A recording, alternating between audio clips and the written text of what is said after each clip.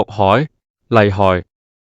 今日社會道德敗壞，已經變成無處不在嘅毒害，好似水咁，無孔不入，又好似水銀瀉地，不停咁樣侵蝕每一個人，侵蝕緊每一個家庭。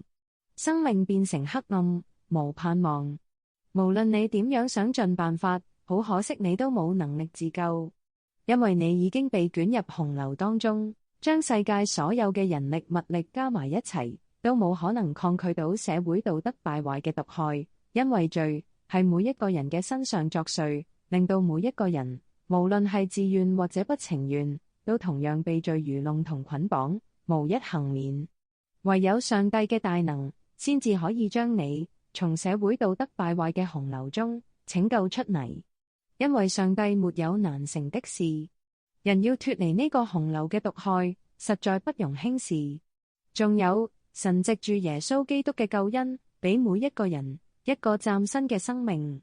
正如哥林多後書5章17節記載，如果有人在基督裏，他就是新造的人，舊事已經過去，你看，都變成新的了。上帝果然厲害。但願人人醒悟過嚟，做一個人生最重要嘅抉擇，就係接受耶穌基督做自己生命的導航、生命的主，咁樣佢就會俾勝過世界嘅能力我哋，使你我能夠擺脫社會洪流嘅毒害，過真正自由嘅人生。你我可以重新做人，好似蓮花咁樣，生長於污泥中，而不被污泥沾染。